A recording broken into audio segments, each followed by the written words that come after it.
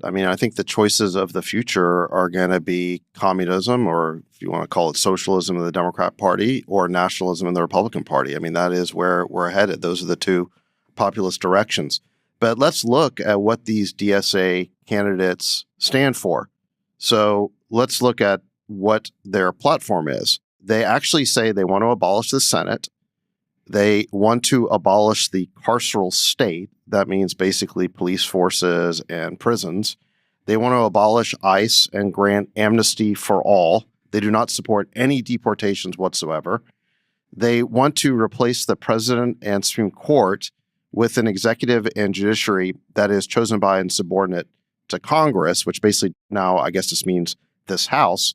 And with respect to House elections, they want to abolish the Electoral College.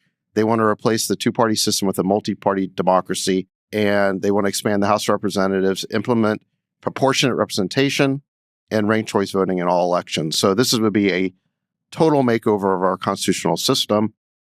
They want a free Palestine. They want public ownership of major corporations. They want to defund the Department of War. This is a very radical organization. And you would laugh at a lot of these types of proposals, but you can't really laugh at it anymore because these guys are taking over the Democratic Party. And you can see the Democratic establishment is in complete panic right now because they have lost control of the party to Zohran Mamdani and his allies. So, Jason, like you said, I mean, let's take this one race here. New York 13, you've got this ally of Hakeem Jeffries, longtime incumbent congressman, Espaillat, I guess is his name.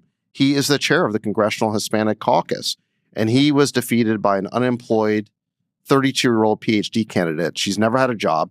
She's been in college for 10 years, I guess, writing this PhD thesis.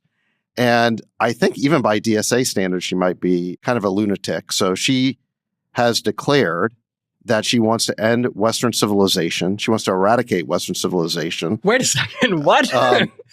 We're soaking in it.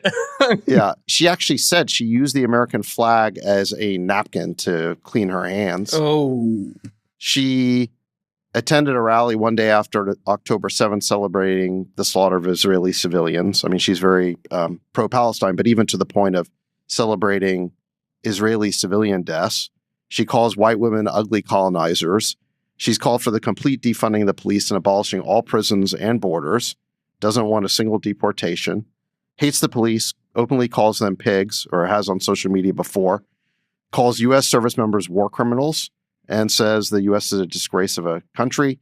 She's written favorably about communism and seizing the means of production, and on and on and on. So this is basically the new Democratic Party. It's going to be, even if the Democrats do take the House in November and Hakeem Jeffries becomes Speaker, this is going to prove to be a huge headache for him managing all these new DSA members because they do not actually see the traditional establishment wing of the Democratic Party as an ally. They see it as an obstacle. This is the DSA co-chair Josh Block said, we're using the Democratic Party as a ballot access vehicle. Oh, my God. Not because we share its goals. We build our own organization, get elected under the Democratic label, caucus with Democrats when it's useful, and push our own agenda from the inside.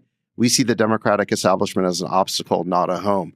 So the DSA is coming for the Democratic Party. It controls the base now. It's where all the energy is. I think this takeover will continue. I think the DSA will gradually take over more and more of the Democratic Party. And all I can say to these establishment Democrats is play stupid games, win stupid prizes. You supported this open border policy that brought in this wave of mass migration. That is a huge part of the base of this new DSA wing. Mamdani would not have won the mayoral election in New York if it had just been native-born New Yorkers voting. It was the mass migrant vote in New York that swung it to Mamdani. It's not exclusively the DSA base. It's the migrants plus these overeducated white progressives who, I say overeducated because they're more downwardly mobile. They end up going to work in academia or NGOs, that kind of thing. Yep. They're hard left-wing. They're kind of the vanguard.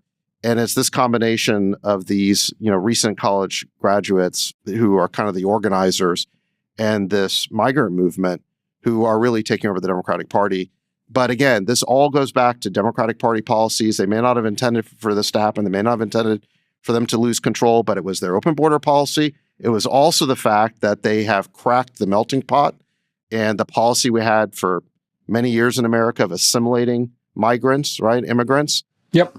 That all got cracked by multiculturalism and wokeism. We don't really do that anymore. So now you've got these candidates like Chevalier openly declaring they're not just anti-American, they're post-American. They don't have any respect for the American system, our constitutional order, our free enterprise system. They want to introduce something in much different. And it's going to look a lot like the countries where these migrants are coming from.